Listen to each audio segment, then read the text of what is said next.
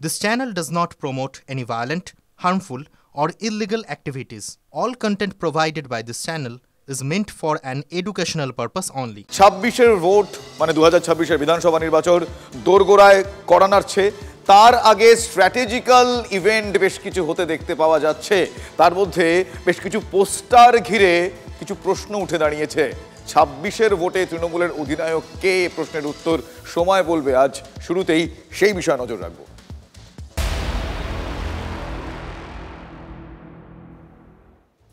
এ প্রশ্ন উঠছে তার কারণ কিছু ছবি এই প্রশ্নটা তুলছে। হ্যাঁ, বেশ কিছু ছবি, এবং এই ছবি বড় ছবি, তাই আমি পিসিআরকে বলবো একটু বড় করে আপনাদের দেখাই। বিগ বলে দেখুন সেই ছবি। কোন ছবি নিয়ে এই প্রশ্ন উঠছে যে 26-এর অধিনায়ককে, অধিনায়ক অভিষেক। এই হলুদ এই পতাকা দক্ষিণ কলকাতা জুড়ে দেখতে পাওয়া যাচ্ছে। সার বেঁধে সেই পতাকা দেখতে পাওয়া যাচ্ছে যেখানে লেখা আছে অধিনায়ক অভিষেক। এই পতাকা নিয়ে উঠছে প্রশ্ন, মমতা বন্দ্যোপাধ্যায় না অভিষেক বন্দ্যোপাধ্যায়? দক্ষিণ কলকাতা জুড়ে কোট আনকোট অধিনায়ক অভিষেক লেখা পতাকা। 26-এর রণকৌশল ঠিক করতে আগামী 23শে মার্চ তাদের বৈঠক রয়েছে, আইটি সেলের বৈঠক রয়েছে। সেই বৈঠকের কথাই রাস্তা জুড়ে লাগানো পোস্টার, সেখানে লেখা অধিনায়ক অভিষেক।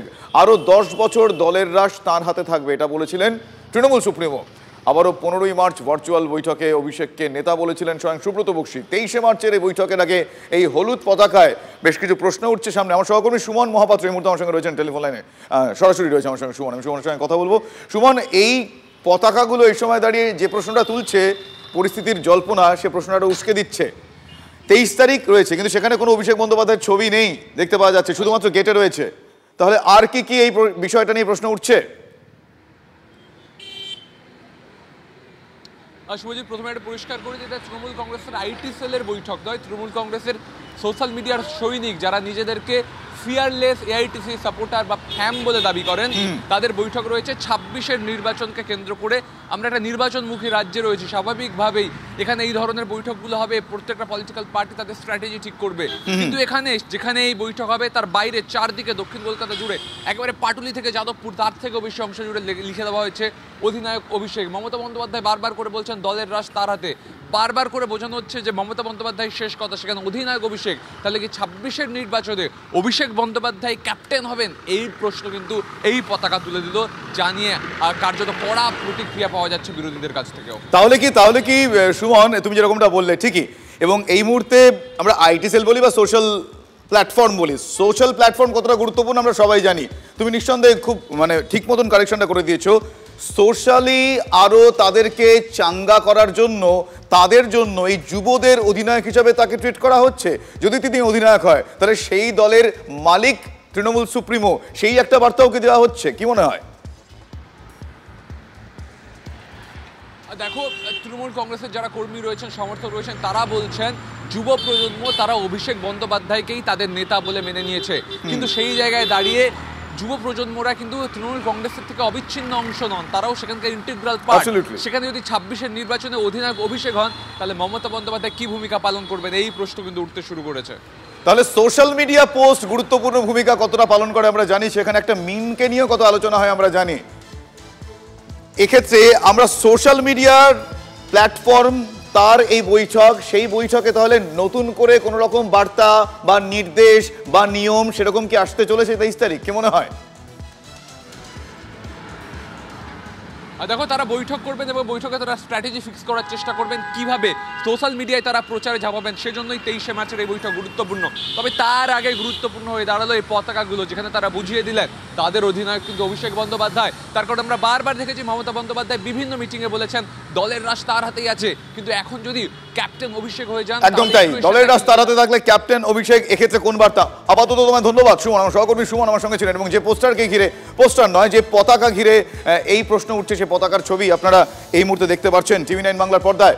দেবাংশু ভট্টাচার্য আইটি সেলের অন্যতম দায়িত্বে, তিনি কি বলছেন শোনাবো আপনাদের। তৃণমূল কংগ্রেসের সমর্থকদের সোশ্যাল মিডিয়া যতগুলি গ্রুপ আছে তার মধ্যে অন্যতম সক্রিয় গ্রুপ হচ্ছে ফ্যাম। অধিনায়ক অভিষেক তাদেরই সংগঠনের একটি শাখা এবং সেটাকে কেন্দ্র করে তারা কাজ করে থাকেন। তো সেই জন্যই আপনারা পতাকাতেও দেখতে পাচ্ছেন অধিনায়ক অভিষেক। এবং স্বাভাবিকভাবে বাংলার মাটিতে ছাত্র যুবদের সঙ্গে অভিষেক বন্দ্যোপাধ্যায় একটা অন্যরকম ইমোশনাল কানেকশান রয়েছে।